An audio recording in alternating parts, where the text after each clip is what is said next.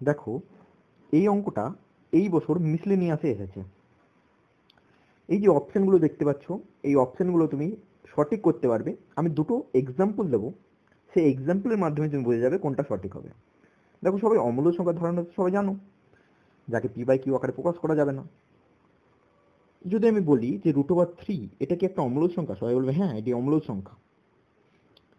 √5 এটাও একটি অমূল্য সংখ্যা। দুটোকে যোগ করছি, যোগ করার পর যে ভ্যালুটা পাচ্ছি এটাও তো একটা অমূল্য সংখ্যায়, অর্থাৎ অমূল্যদের সঙ্গে অমূল্য যোগ করলে অমূল্য হচ্ছে। বুঝতে পারলে? এবার মনে করলাম আমি আরেকটা সংখ্যা নিচ্ছি √5। √5 কি একটা অম্লজ সংখ্যা, তার সঙ্গে যোগ করছি মনে করো 4 মাইনাস √5। 4 মাইনাস √5 এই যে পুরো টার্মটা, এটাও তো একটা অম্লজ সংখ্যা হবে, এটাও তো একটা অম্লজ সংখ্যা। মানে অম্লদের সঙ্গে অম্লজ যখন যোগ করছি, দেখো √5 কেটে যাচ্ছে, অ্যান্সার কত হয়েছে 4। অর্থাৎ এটা একটা মূলদ সংখ্যা হচ্ছে, অর্থাৎ এটা একটা অম্লজ সংখ্যা হচ্ছে না। যাই হোক, এটা বাস্তব সংখ্যা বলতে পারো, এটাকে মূলদ সংখ্যা বলতে পারো, ঠিক না? তো দেখতে পাচ্ছি সব সময় অম্লদ হচ্ছে না, কোনো কোনো সময় অম্লদ বা অম্লদও হচ্ছে না, আবার কোনো কোনো সময় অম্লদও হচ্ছে না।